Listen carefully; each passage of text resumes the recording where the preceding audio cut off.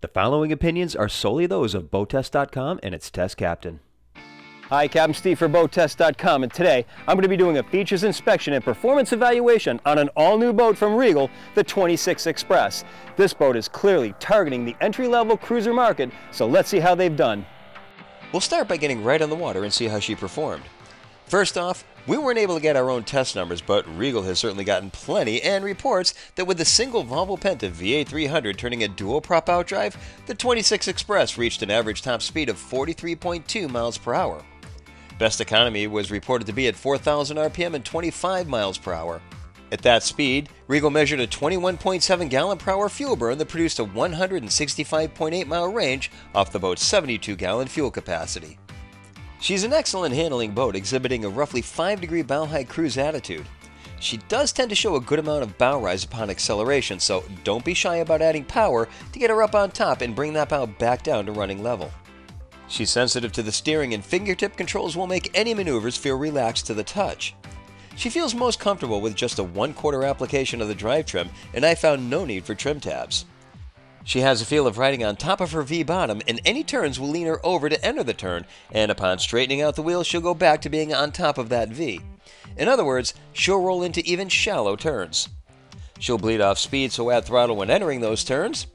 There's no pronounced hull grab on the water, so any turning won't feel like we're being shoved to the outside of the turn. This goes a long way toward keeping the ride comfortable for everyone on board. Safety is enhanced from the deep cockpit and her 4-foot 11-inch freeboard forward and 4-foot aft. Now, let's get back to the dock and look at her features. The swim platform runs full beam and comes out 2 feet from the transom. There are steps to both sides of the molded platform for boarding, and the cleats are kept high above the trip zone.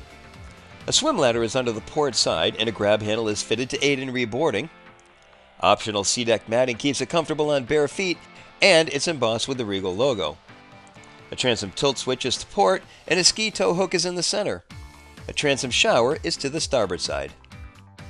We enter the cockpit through an acrylic gate, and an angled entry has less effect on the usable seating space. We can also board from a fixed pier thanks to the 2 steps in the cap rail. The aft seat back allows for a conversion to a sun pad. In the up position, we have opposing seating with everyone in close earshot. A teak pedestal table enhances the gathering. The observer seat also has a flip seat pack to convert to an aft-facing lounge, with the console creating a padded backrest. Overhead, a power tower supports a bimini fore and aft, and in the lowered position, the 26 Express can still be driven for transitioning under low bridges. At the helm, there's a vinyl upholstered brow in soft tones. Gauges mounted to a Lexan panel include a standard depth gauge, a multifunction gauge, speedometer, tachometer with an engine hour meter, and a trim gauge. Just below are 2 groups of rocker switches. The horn is on the far left, and coloring it red would help finding that quickly. Further below is the standard Fusion stereo, the VHF.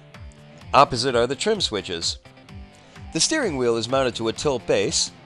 A recessed cubby just ahead is there to hold your stuff, and the helm seat is a 1.5 feet width with a flip-up bolster.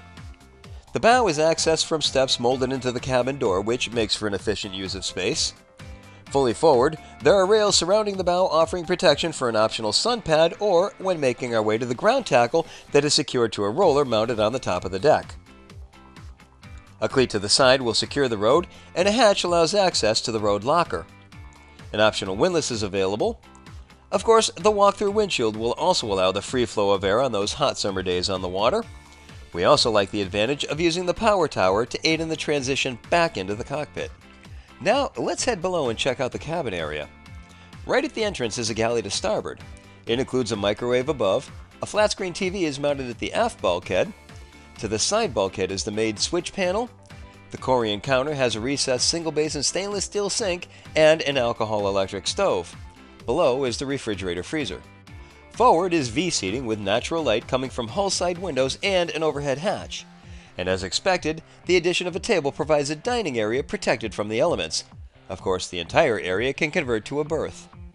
The head is across from the galley, and naturally it's a wet head with a separate sprayer being used for the shower. An electric toilet with a dockside pump out is available.